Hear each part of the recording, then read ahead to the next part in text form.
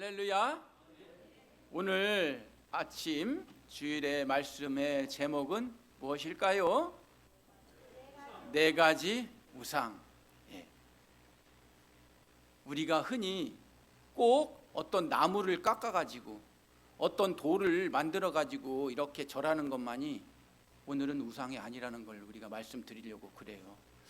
그런데 오늘 본문 말씀을 읽어보니까, 에스겔서를 읽어보니까 네 가지 우상을 환상으로 보여준 거예요.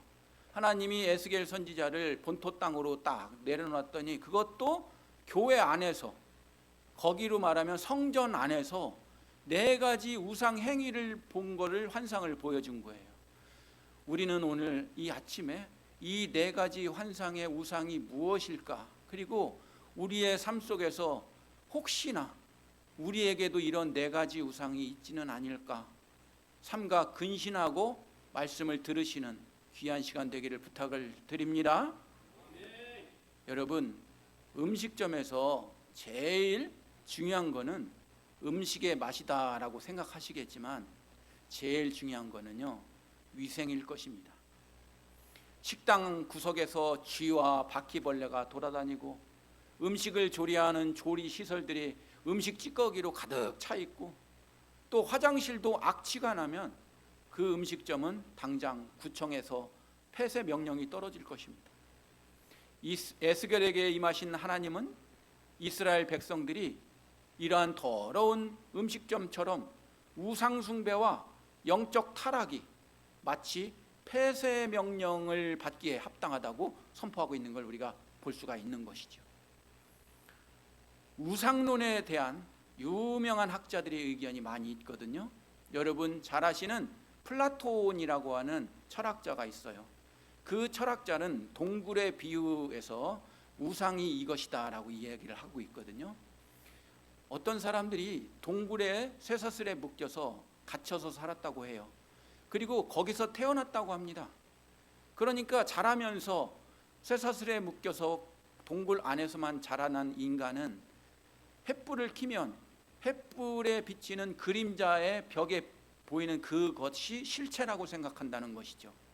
그러니까 사람이 서 있으면 사람의 그림자가 있고, 어떤 물체가 있으면 물체의 그림자가 있어요. 근데 그게 그림자의 실체라고 생각하는 우상 속에 빠지고 있다고 하는 것이죠. 그런데 어느 날 어떤 한 사람이 용기를 내 가지고 쇠사슬을 벗어버리고 세상 밖으로 탁 나갔어요. 그랬더니 하늘에는 태양이 있고 새들은 날아다니고 많은 아름다운 자연 광경을 보고, 아, 내가 믿었던 그 그림자는 허상이었고 우상이었구나 라고 생각하는 것이죠. 이 속에서, 이 우화 속에서 우리는 그 우상에서 탈피해야 한다고 얘기하는 것이 플라톤 철학이라고 하는 것이죠. 동굴 속에 있는 그 그림자는 실체가 아니죠. 여기 있는 우리 청년부들도 있습니다. SNS 속에서, 페이스북이나 인스타그램이나 수많은 뽀샵으로 되어져 있는 아름다운 그림, 그것이 실체인 양 살고 있는 것이 오늘 우리의 우상은 아닐까요? 인스타그램 속에, 여러 가지 SNS 속에 살고 있는 인생샷을 진짜라고 믿는 그런 삶을 우리는 살고는 있지는 않을까요? 플라톤은 그런 그림자에 속지 말고, 그런 우상에 속지 말고 하루빨리 환한 태양빛 앞으로 나오라고 이야기하고 있는 것이죠. 마틴 하이데거라고 하는 철학자가 있습니다. 이 철학자는 이제 실존주의 철학자인데 존재론적인 관점에서 우상론을 접근했습니다. 그러니까 이 마르틴 하이데거는 우상이 뭐냐라고 정의했을 때 현대인들의 기술과 소비 문화에 휩쓸려 사는 자체가 우상 속에 살고 있다고 하는 거라고 본 거예요, 이 철학자는.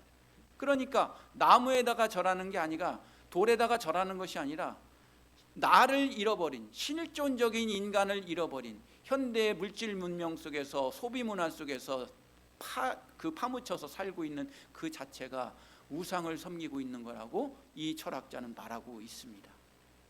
칼 바르트라고 하는 유명한 신학자가 있거든요. 이 칼 바르트는 여러 가지 저서를 썼어요. 여러분 오늘은 조금 영어 공부를 좀 해보시면 감사하겠습니다. 영어를 한번 보십시오. 그분이 쓴 글이에요.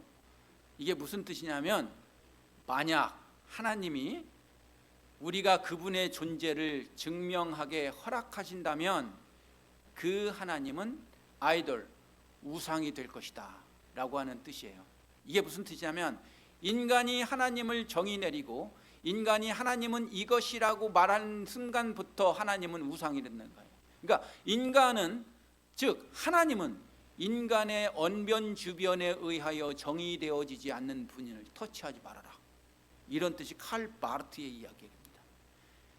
우리가 하나님의 존재를 증명해야 한다는 입장을 취하면 그것은 하나님을 우리의 조건 아래에 두는 것이고, 그렇게 되면 하나님은 더 이상 창조자가 아니라 피조물이 된다라고 하는 뜻이겠죠. 다른 영어 원서를 한번 봅시다. 보시면, 여러분은 영어를 보세요. 저는 해석해서 읽어드릴게요. 우리 인간의 하나님에 대한 지식은 사실 복음을 위한 준비가 아닙니다. 심지어 알려지지 않은 신조차도 우상 중에 하나인 것입니다. 하나님에 대한 우리의 지식이나 생각은 항상 스스로 만들어낸, 거기 나오죠? Always self-made idols. 언제나 내가 만들어낸 하나님이라고 하는 뜻이에요. 그게 바로 우상이라고 하는 것이죠. 칼 바르트는 원래 독일 사람입니다. 독일 원서에도 이 내용이 기록되어 있는데, 우리 독일 원서를 한번 보시죠. 여러분 독일어 아세요? 모르시죠? 예, 저는 본대학원 출신이라 독일어를 제2외국어로 해서 저거 잘 알아요. 저는 독일어 항상 1등 했어요. 그 1등 한 사람 옆에 있었죠, 참. 예. 이 해석을 제가 해드릴게요. 이게 뭐냐면, 이제 기쁜 마음으로 공개적으로 나는 고백할 때가 됐다. 이 바르트 얘기예요. 우리가 바벨탑을 세운 그 하나님은, 거기 나오죠. 바벨 게바우트 하벤. 바벨 게바우트가 타워라는 뜻이에요. 그러니까 바벨탑을 세운 하나님은 하나님이 아니다. ist ein Gott. 이게 신이라고 한 뜻이 Gott. ist tot. tot가 죽었다는 뜻이거든. dead. 그는 우상이다. 그는 죽었다라고 하는 뜻입니다. 이제 기쁜 마음으로 공개적으로 고백할 때가 됐다. 우리가 바벨탑을 세운 그 하나님은 더 이상 그 하나님은 아니란 말이죠. 그게 바로 우상이라고 하는 것이죠. 그 우상은 죽었다고 하는 것입니다. 바르트는 하나님 외에 다른 것을 우상으로 간주하고 모든 인간의 시도가 하나님을 대체하려고 했다면 그 시도 자체가 우상 숭배라고 했다고 하는 것이죠. C.S. 루이스라고 하는 영국의 소설가가 있습니다. 초반기에는 그리스도교를 믿지 않았습니다. 그런데 이 C.S. 루이스가 그리스도를 믿고 하나님의 자녀가 되니까 유명한 책도 많이 썼죠. 우리 젊은 청년들 혹시 나니아 연대기라고 알아요? 이 책을 이분이 썼어요. C.S. 루이스가. 영화 나니아 연대기. 이분도 유명한 저서를 했는데 마지막으로 영어 원서를 한번 읽어보시죠. 자, 사탄이 우리의 먼 조상들의 머릿속에 심어준 것은, 아담과 하와에게 심어준 것은 이런 뜻이에요. 2번, 그들이 신과 같을 수 있다는 생각을 뿌려줬다는 뜻이에요.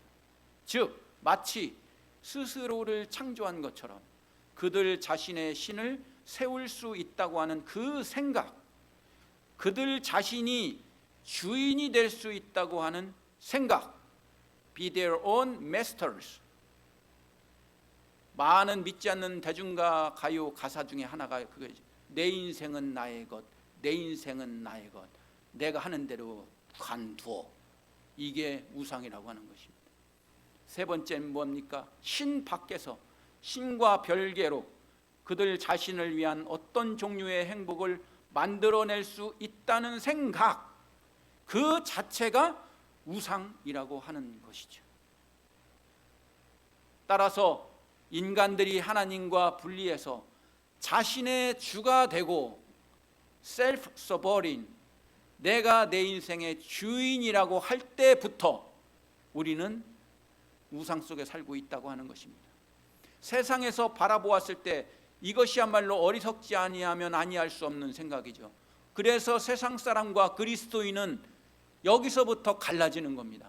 세상 사람들은 내 마음속에 왕좌의 의자 안에 내가 앉아 있어야 정상인 것이고, 그리스도인은 내 마음속에 왕좌 안에 하나님이 앉아 계셔야 한다는 걸 믿는 무리들이에요. 그러므로 이 차이가 엄청난 차이죠. 그러므로 세상 사람들은 이것을 이해할 수가 없는 겁니다. 오히려 세상 사람들은 그럼 너는 신의 노예냐 할 때 맞습니다.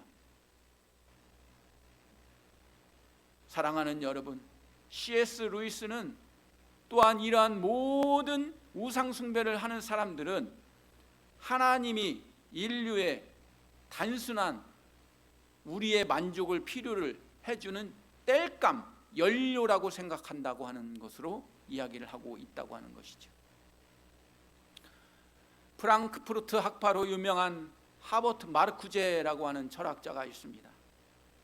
이 철학자는 현대 사회에서 소비주의가 새로운 형태의 우상숭배로 나타난다고 말하고 있습니다. 수많은 경제적인 발전, 수많은 과학 문명의 발전, 차고 넘치는 우리 인간들에게 도움이 되는 물질 문명들이 그것을 갖기를 원하고 그것을 찾아가고 그것을 쫓아가는 속에서 그것 자체가 이제는 우상이 되는 사회 속에서 살고 있다고 하는 것이죠. 그래서 마르쿠제는 유명한 말을 했죠. 소비사회에서 우리는 물질적 욕망을 충족시키기 위해 우상을 만들어내고 그것에 의해 지배당하게 된다고 하는 것입니다. 우상은 그래서 특별히 4가지로 우리가 정의 내릴 수가 있을 것입니다. 첫 번째는 형상적인 우상이에요. 물질로 만들어진 형상이나 이미지를 얘기하죠. 예를 들면 돌이나 나무로 만든 신상을 형상적 우상이라고 합니다. 두 번째는 개념적인 우상이 있습니다. 인간의 생각이나 가치관을 대체하는 뜻이죠. 돈이 있습니다. 권력이 있습니다. 요즘의 세계는 수많은 과학 문명이 발달해 있는 사회 아닙니까? AI가 발달해 있고 이제는 운전자가 핸들 없이도 차가 돌아다니는 과학 문명의 사회 속에서 사이언토피아가 우상숭배의 세상이 될 수도 있다고 하는 뜻입니다. 신앙적인 우상도 있습니다. 하나님을 대신하여 숭배되는 대상이 있다면 그것이 바로 신앙적인 우상입니다. 유명한 우리 젊은이들, 중고등부들은 유명한 배우들이 우상 숭배겠죠. 이해합니다. 저도 중고등부 때는 제2에게를 불렀던 어떤 한 여인을 좋아했었거든요. 사회적인 지위도 마찬가지일 것이고 하나님을 대신하여 숭배하는 대상이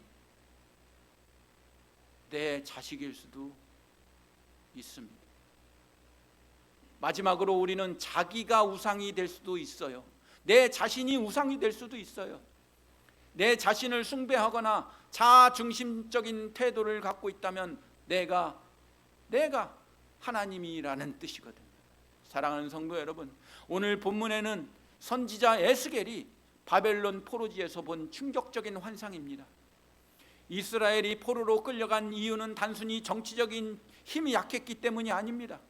가장 근본적인 이유는 그들의 영적인 타락과 우상숭배 때문이었습니다. 하나님께서는 에스겔을 환상 가운데 예루살렘으로 끌고 가십니다. 그리고 성전으로 끌고 가셔요. 여러분, 성전은 어떤 곳입니까? 지금으로 말하면 교회잖아요. 하나님이 임재하시고 이스라엘 백성이 죄 씻음을 받는 곳이잖아요. 그런데 그 성전 안에서 4가지 우상을 행하고 있는 걸 우리가 볼 수가 있었다고 하는 뜻이죠. 첫 번째, 질투의 우상이 나와 있습니다. 두 번째, 장로 70인의 우상을 나타내고 있습니다. 세 번째, 여인들의 우상이 보입니다. 네 번째, 25명이 행하는 우상을 환상으로 보여주고 있는 것이죠. 하나님은 에스겔에게 이 장면을 보여주심으로써 성전 안에서 일어나는 우상 숭배가 얼마나 더럽고 가증한 것을 말씀하고 있는 것입니다. 오늘은 이 말씀을 통해서 내 마음속에 성전을 잘 점검하시고 혹시 나도 하나님을 대신하는 이런 4가지의 우상은 없었는지 살펴보는 여러분, 오늘 이 시간 되기를 부탁을 드립니다. 첫 번째, 봤더니 우상이 질투의 우상이 있었더래요. 우리가 8장 3절을 함께 읽어봅니다. 시작. 그가 손 같은 것을 펴서 내 머리털 한 모슴을 잡으며 주의 영이 나를 들어 천지 사이로 올리시고 하나님의 환상 가운데 나를 이끌어 예루살렘으로 가서 안뜰로 들어가는 북향한 문에 이르시니 거기에는 질투의 우상 곧 질투를 일어나게 하는 우상의 자리가 있는 곳이라. 교회 앞마당 주차장에 질투의 광개토 대왕비가 팍 세워져 있더라, 이 뜻이에요. 해석서에 보면 이 질투의 우상을 아세라 목상 또는 바알 숭배의 상징으로 해석을 하고 있습니다만, 통합적으로 그 의미는 하나님 외에 다른 신을 두었다는 것, 더 나아가서 그것이 인간의 질투를 일으키고 하나님으로부터도 질투를 일으키는 그 자체의 심리 상태, 그것이 우상이라고 하는 거죠.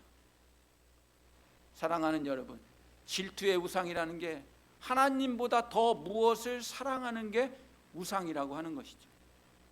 돈, 명예, 권력, 내 자녀, 내 직장, 심지어 나 자신의 만족, 내가 하나님이 못 되어서 생기는 질투 우상이 그것이라고 하는 것입니다. 이것이 하나님보다 앞설 때 그것이 곧 질투의 우상이 됩니다. 나는 중앙시장에서 파는 핸드백을 갖고 다녀요. 그런데 옆에 있는 어떤 집사는 무슨 똥을 갖고 다녀요. 그러니까 질투가 끓어오르는 거예요. 그러면서 속으로 가다가 넘어져서 무릎을 까져라. 그것부터가 우리는 우상이라고 하는 것이죠. 하나님의 사랑으로부터 벗어난 우상이라고 하는 겁니다. 출애굽기 20장 3절에서 너는 나 외에는 다른 신을 내게 두지 말지니라고 말씀하고 있습니다. 오늘날 교회에서도 이런 우상이 많습니다. 겉으로는 예배드리지만 사실은 하나님보다 세상의 성공과 안정과 나 자신을 위한 것을 의지한다면 그것이 우상입니다. 혹시 우리의 마음에 하나님보다 더 소중하게 여기는 것은 있지 않습니까? 그것이 바로 질투의 우상입니다. 정리하면 인간이 하나님이 못돼서 분통해하는 것이 질투의 우상이고, 하나님의 편에 보았을 때는 하나님보다 다른 것을 더 사랑해서 하나님을 질투하게 하는 것도 질투의 우상이라고 하는 것이죠. 두 번째 우상이 나타납니다. 그게 바로 장로 70인의 우상이라고 나와 있죠. 우리 10절과 11절을 한번 읽어보겠습니다. 시작. 내가 들어가 보니 각양 곤충과 가증한 짐승과 이스라엘 족속의 모든 우상을 그 사방 벽에 그렸고, 이스라엘 족속의 장로 중 70명이 그 앞에 섰으며 사반의 아들 야사냐도 그 가운데에 섰고 각기 손에 향로를 들었는데 향연이 구름같이 오르더라. 성전 벽에, 여러분도 이 교회에 있으시죠? 동서남북 벽이 있지 않습니까? 이 벽을 도화지로 삼아가지고 이상한 가증스러운 짐승 동물들을 막 그려놨다는 거예요.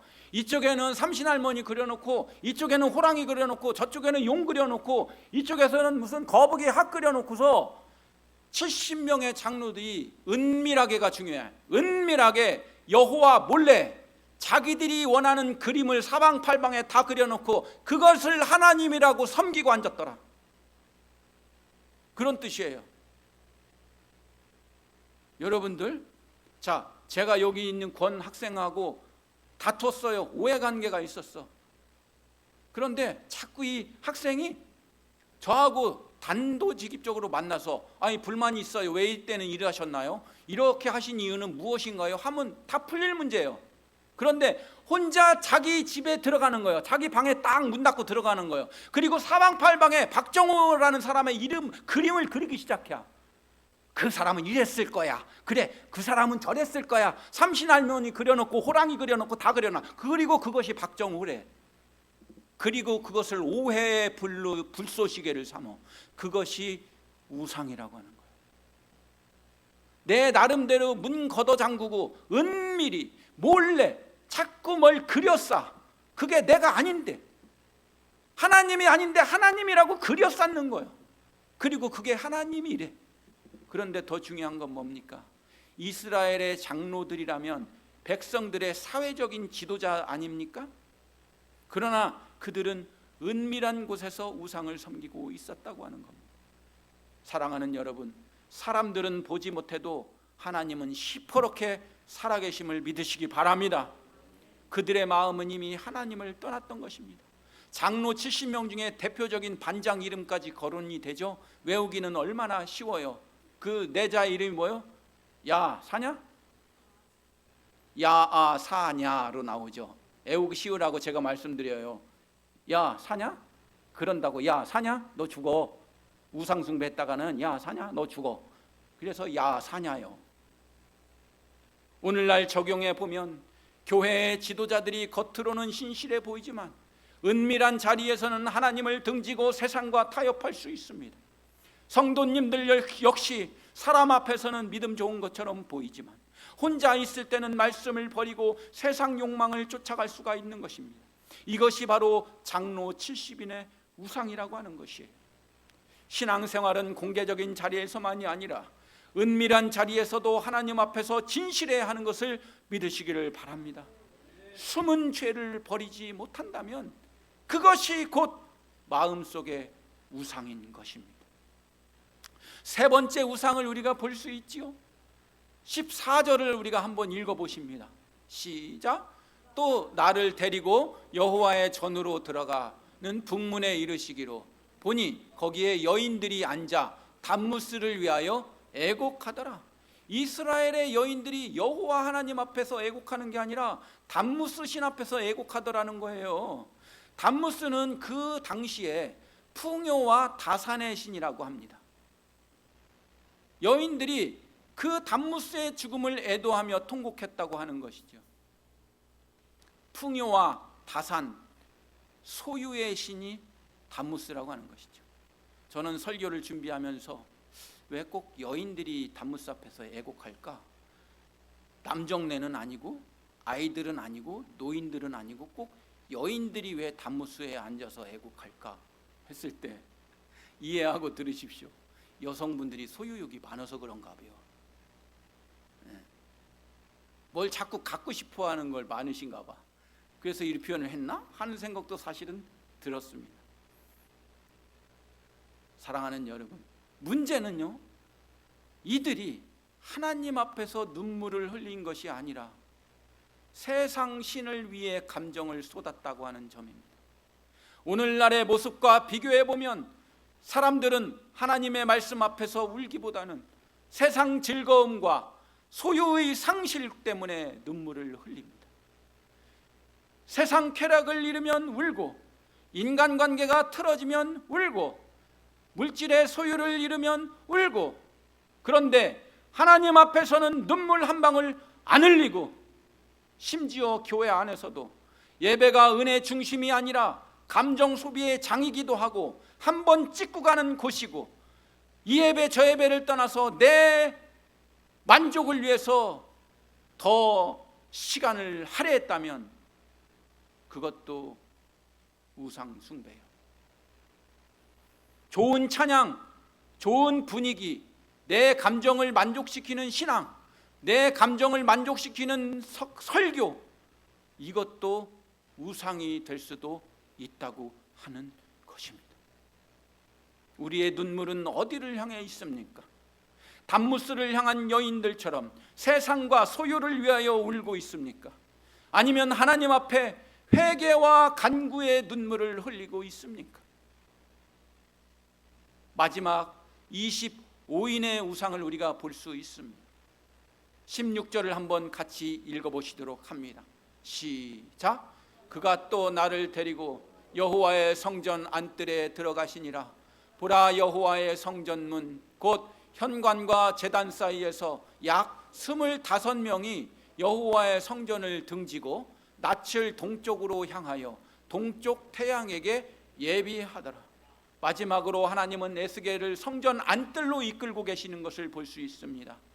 그곳에는 약 25명이 성전을 등지고 동쪽을 향해 태양을 향하여 경배하고 있었습니다. 사랑하는 여러분, 성전 안뜰에 있는 25명은 누군지 아세요? 성직자들이에요. 왜냐하면 성전 안뜰에는 성직자들만 들어갔기 때문이에요. 그러므로 25명의 뜻은 제사장이요, 성직자요, 목사라고 하는 뜻이에요. 일반 백성도 아니고 70명의 장로도 아니고 여인들도 아니고 직접적으로 하나님의 말씀을 대언하는 25명의 성직자들까지 배교하고 우상을 교회 안에서 섬겼다는 무서운 말씀인 것입니다. 저는 설교 말씀을 준비하면서 이것이 나를 향한 하나님의 말씀이구나. 그래서 여기 여러분 생각날 때마다 그래서 담임 목사를 위하여 꼭 기도해 주셔야 합니다. 특별히 현대교회 목사님들이 부족한 것으로 얼마나 많은 교회가 문제들이 많이 있습니까? 대표적인 이유는 목사님들의 여성 스캔들이죠. 목사님들의 성직자들의 공금의 문제일 것입니다. 또 하나는 제일 중요한 영적인 타락입니다. 여러분, 여러분의 담임 목사가 여러분의 마음에 맞추어 달라고 하지 마세요. 저는 여러분들의 마음을 맞추기 위해서 존재하는 목사가 아닙니다. 저는 여러분에게 하나님의 말씀을 전도하라고 전파하라고 있는 목사입니다.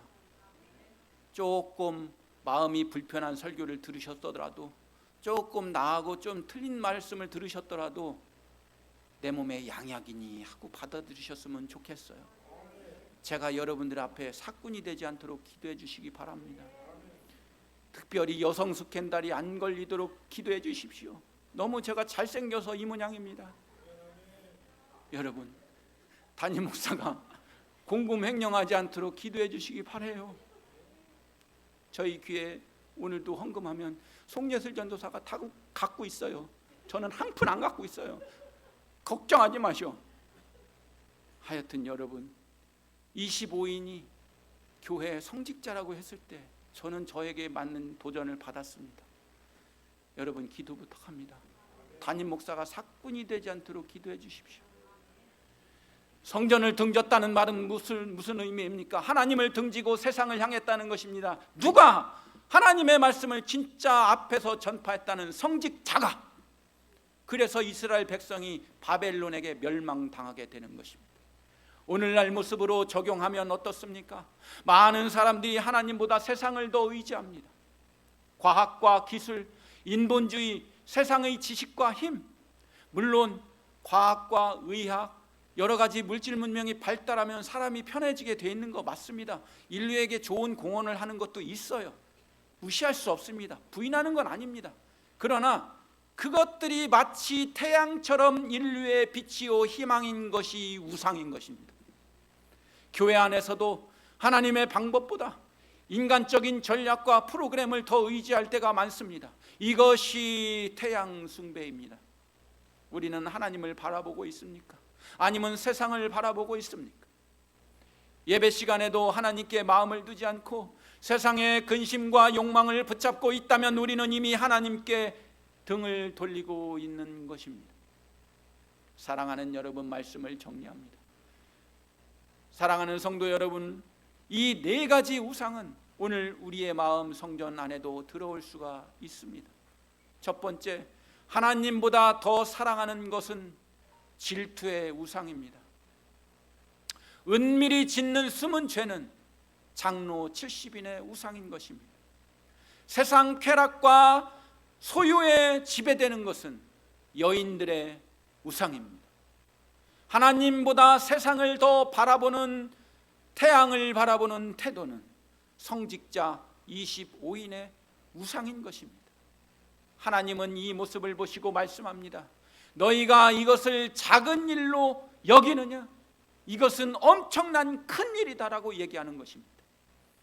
그러므로 우리는 고린도전서 3장 16절의 말씀을 잊지 말아야 합니다. 너희가 하나님의 성전인 것과 하나님의 성령이 너희 안에 계시는 것을 알지 못하느냐? 사랑하는 성도 여러분, 현대 사회에서도 존재하는 우상들이 많이 있습니다. 물질적인 우상이 그것입니다. 소비주의가 그것이라는 것이지요. 물질적인 풍요와 소비를 추구하는 경향은 많은 사람들에게 우상과 같은 존재가 되는 것입니다. 디지털 우상도 있습니다. 소셜 미디어라고 하는 것이죠. SNS라고 하는 것입니다. 소셜 미디어에서 인기와 팔로워 수는 사람들에게 자신의 가치를 결정짓는 우상이 될 수도 있습니다.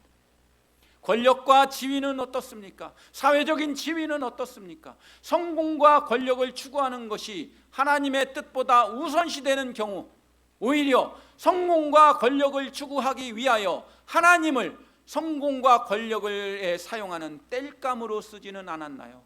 그렇다면 그것이 우상입니다. 자기 자신도 우상이 될 수 있습니다. 자아중심적인 사고가 있습니다. 내가 살아온 철학, 내가 살아온 가치관, 내가 살아온 것으로 100% 들어오는 하나님의 말씀을 20% 깎고 30% 깎고 15% 도슬리고, 그래서 내가 원하는 것만 받아서 먹었을 때 그것이 자기 중심의 우상이라고 하는 거예요. 말씀을 맺습니다. 우상에서 벗어나기 위해서는 다음과 같은 방법들이 필요합니다. 첫 번째, 하나님 중심으로 사십시오. 내 마음의 왕좌 안에 내가 자꾸 명령을 내리면 내가 우상이 되는 겁니다.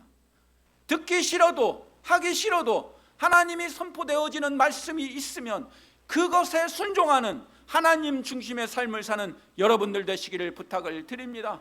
마태복음 6장 33절을 함께 읽어봅니다. 시작. 너희는 먼저 그의 나라와 그의 의를 구하라. 세상은 너희는 먼저 너를 구하라고 가르쳐요. 이게 그리스도인과 세상의 사람들의 틀린 점이 이겁니다. 우리는 우리 안에 그리스도의 나라를 먼저 생각하는 것입니다. 세상은 아니에요.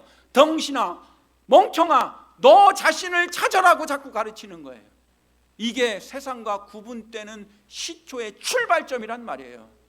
그런 하나님 중심의 삶을 사시는 여러분 되시기를 부탁을 드립니다.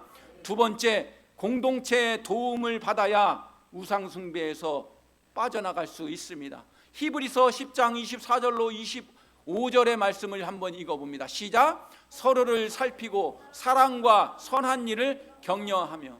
여러분들 신앙생활 하실 때 목장에도 가입하지 않고 여선교회도 가입하지 않고 남선교회도 가입하지 않고 교회 공동체에 가입하지 않고 예배만 드리고 나가시는 분, 위험한 분들이에요. 공동체에 합류하지 않고 교회 멤버에 합력하지 않고 말씀만 보고 말씀 끝나자마자 간다면 여러분, 그것은 올바른 우상 숭배를 이길 수 있는 방법이 아니라는 걸 믿으시기를 바랍니다. 세 번째, 우상이 무엇인지를 아셔야 됩니다. 지피지기면 백전백승이라고 하는 것입니다. 여러분, 오늘 우상의 4가지 종류에 대해서 지금 배우셨죠? 이것을 아셔야 돼요. 꼭 나무에다가 꼭 돌에다가 절만하는 것이 우상이 아니더란 말이에요. 하나님을 떠난 그 상태, 세상의 풍토에 휩쓸려서 사는 그 상태, 내 자신을 믿는 그 상태, 그리고 하나님을 저쪽 방 안에 들여가 계세요. 제발 좀 나오지 마세요. 나왔다가는 알아서 야. 이렇게 하는 것이 우상 숭배라고 하는 거예요. 나를 믿고 세상의 풍조를 믿고 세상의 권력을 믿는 그 자체, 그것이 우상 숭배라고 하는 걸 알아야 우상을 이길 수 있다고 하는 걸 믿으시기를 바랍니다. 마지막으로 회개와 용서를 구하셔야 됩니다. 요한일서 1장 9절의 말씀입니다. 만일 우리가 우리 죄를 자백하면 그는 미쁘시고 의로우사 부족할 때마다 자신의 죄를 회개하고 하나님께 용서를 구하는 저와 여러분 되시기를 부탁을 드립니다. 우상은 단순히 과거의 문제가 아니라 오늘날 우리의 삶에서도 여전히 존재하고 있는 것입니다. 물질, 권력, 쾌락, 자기 자신의 성공, 자녀, 다양한 우상에 빠질 수 있습니다. 저도 여러분 앞에서 담임 목사지만 제가 제일 빠지기 쉬운 우상이 저도 있어요. 그게 뭔지 아십니까? 자식이에요. 자식. 저도 아버지거든요. 저도 제일 크게 취약한 부분이 우상일 수가 있는 것이죠.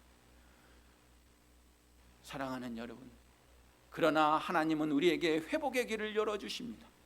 우리가 하나님께로 돌아가고 그분의 뜻을 따르는 삶을 살아갈 때에 진정한 자유와 기쁨을 누릴 수 있다는 걸 믿으시기를 바랍니다. 다 함께 기도하겠습니다. 지금까지 그것이 우상인지 모르고 살았습니다. 오늘 무엇이 우상인지 알았다면 회개하고 돌아서게 하여 주시옵소서. 우상에게서 나오게 하시고 우상을 깨뜨리게 하시고 이제는 먼저 주님의 나라와 주님의 의를 구하는 저희들 되게 하여 주시옵소서. 하나님 제일주의, 최고의 하나님께 최선을 다하는 자 되게 하여 주시옵소서.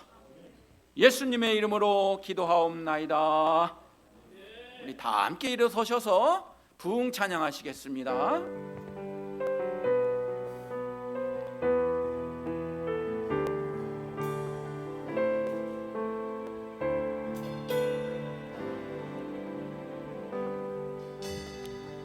이 땅의 황무함을 보소서. 하늘의 하나님 긍휼을 베푸시는 주여, 우리의 죄악 용서하소서. 이 땅 고쳐주소서.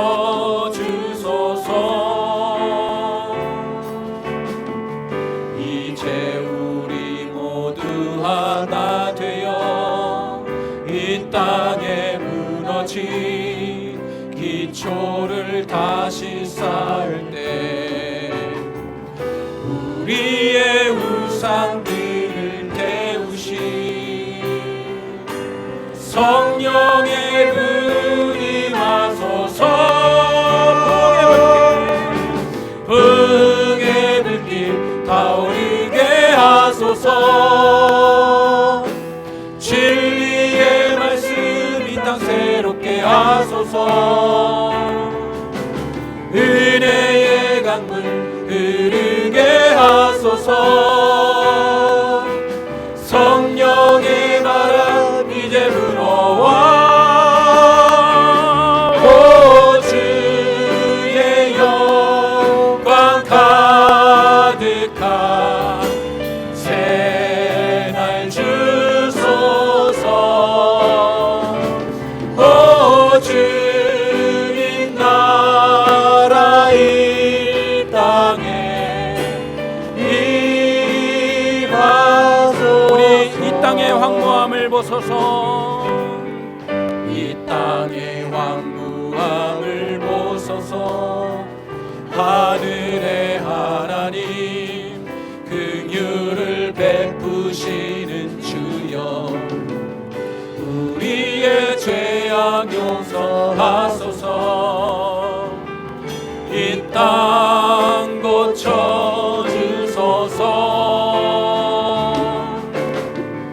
이제 우리 모두 하나 되어 이 땅에 무너진 기초를 다시 쌓을 때 우리의 우상들을 태우시 성령의 불 임하소서.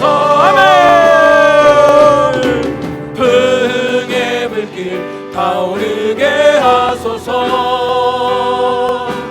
진리의 말씀 이 땅 새롭게 하소서.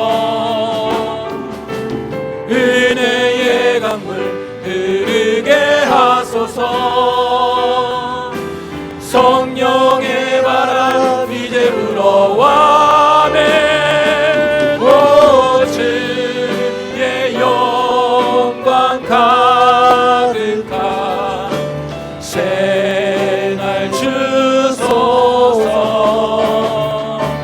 오 주님 나라 이 땅에 임하소서. 부흥의 불길 타오르게 하옵소서. 부흥의 불길 타오르게 하소서. 진리의 말씀 이 땅 하소서. 은혜의 말씀 들으게 하소서. 성령의 바람 이제 불어와네. 오 주의 영광 가득한 새날 주소서. 오 주님 나라 이 땅에